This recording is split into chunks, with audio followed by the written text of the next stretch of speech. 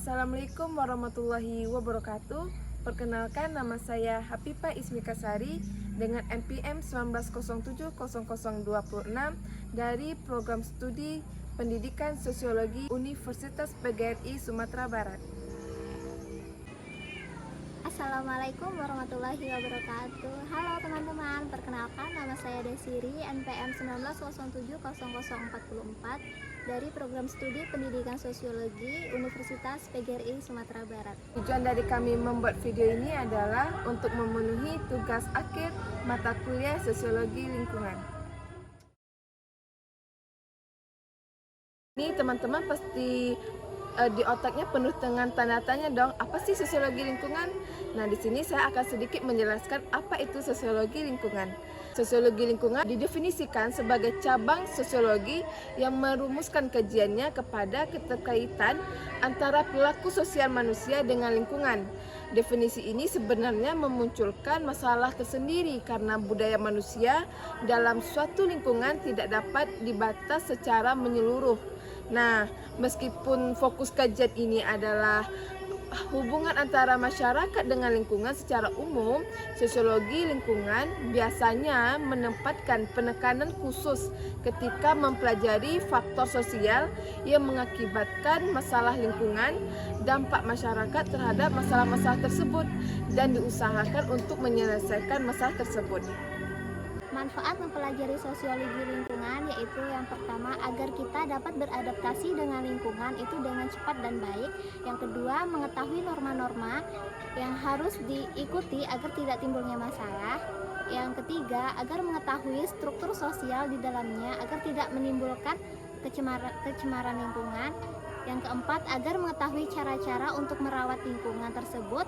Yang kelima, mengetahui faktor-faktor apa saja yang menimbulkan masalah pada lingkungan itu sendiri.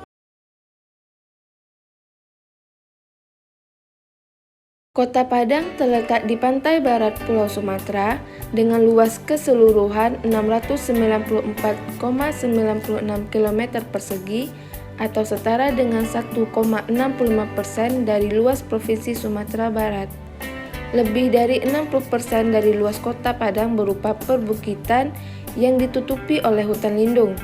Hanya sekitar 205,007 km persegi wilayah yang merupakan daerah efektif perkotaan. Daerah perbukitan membentang di bagian timur dan selatan kota. Bukit-bukit yang terkenal di Kota Padang diantaranya adalah Bukit Lampu, Gunung Padang, Bukit Gado-Gado, dan Bukit Pengambiran. Kota Padang memiliki garis pantai sepanjang 68,126 km di daratan Sumatera.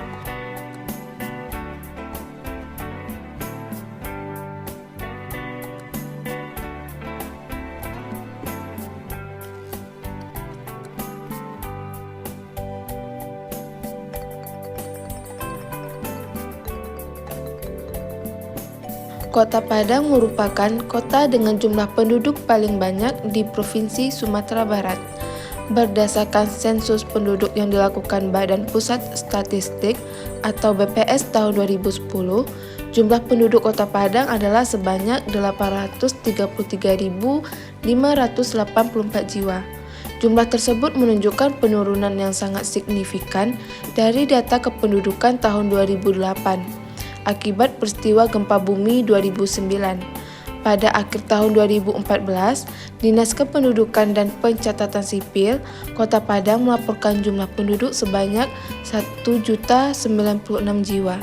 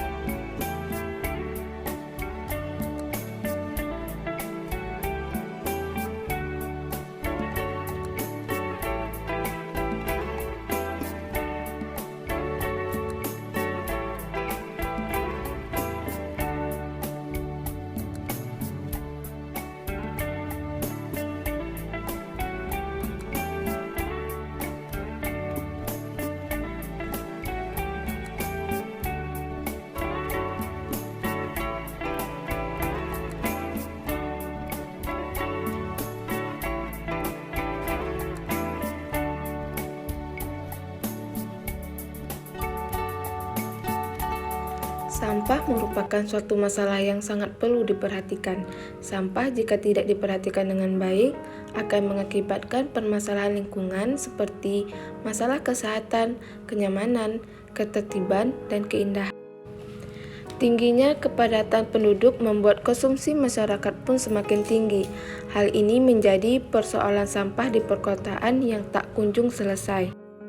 Di sisi lain, lahan untuk menampung sisa konsumsi terbatas. Persoalan semakin bertambah ketika sampah-sampah yang tidak diimbangi dengan pengelolaan tempat pembuangan sampah yang baik akan menyebabkan masalah lingkungan.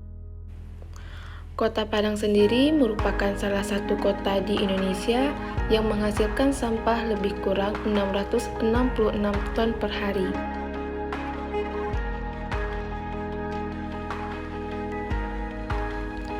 Menurut definisi World Health Organization (WHO), sampah adalah sesuatu yang tidak digunakan, tidak dipakai, tidak disenangi, atau sesuatu yang dibuang yang berasal dari kegiatan manusia dan tidak terjadi dengan sendirinya.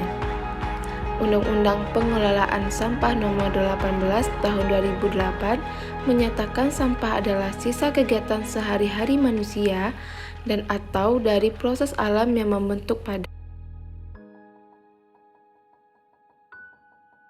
Sampah dapat dibedakan menjadi dua macam, yaitu sampah padat atau anorganik. Sampah anorganik adalah sampah yang terdiri atas bahan-bahan anorganik. Contoh bahan-bahan anorganik adalah bahan logam, plastik, kaca, karet, dan kaleng. Sifat sampah anorganik adalah tahan lama dan sukar membusuk. Sampah ini tidak mudah diuraikan oleh mikroorganisme tanah. Apabila dibuang sembarangan, sampah anorganik dapat menimbulkan pencemaran tanah. Sampah basah atau organik. Sampah organik adalah sampah yang terdiri atas bahan-bahan organik. Sifat sampah organik adalah tidak tahan lama dan cepat membusuk. Biasanya sampah jenis ini berasal dari makhluk hidup.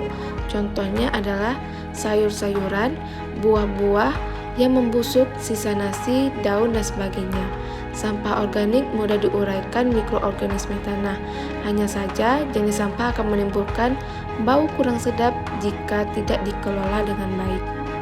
Sumber sampah dibagi menjadi dua kelompok besar, yaitu sampah yang berasal dari pemukiman atau sampah rumah tangga, dan sampah non-pemukiman, sampah yang berasal dari daerah komersil, kawasan industri, institusi, dan sebagainya. Dampak buruk dari sampah terbagi menjadi dua. Yang pertama, dampak terhadap kesehatan. Lokasi serta pengelolaan sampah yang kurang memadai merupakan sarana yang cocok untuk berbagai organisme dan menarik bagi para serangga serta hewan pengerat penyebar penyakit seperti tikus dan lalat. Yang kedua, dampak terhadap lingkungan. Gas metan yang dihasilkan dari sampah yang telah membusuk dapat berpengaruh terhadap lingkungan.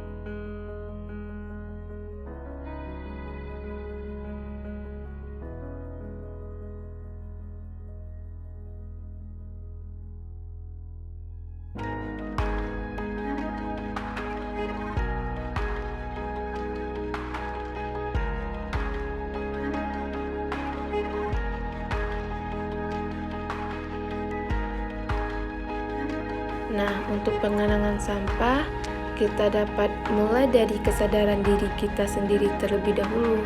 Nah, selanjutnya kita dapat mengelola sampah dengan bijak, dapat membantu menyelamatkan lingkungan kita. Pisahkan tempat sampah untuk organik dan anorganik. Ganti alas plastik sampah menjadi koran atau kardus. Ubah sampah organik menjadi pupuk kompos. Dan terakhir, mendaur ulang sampah anorganik kering.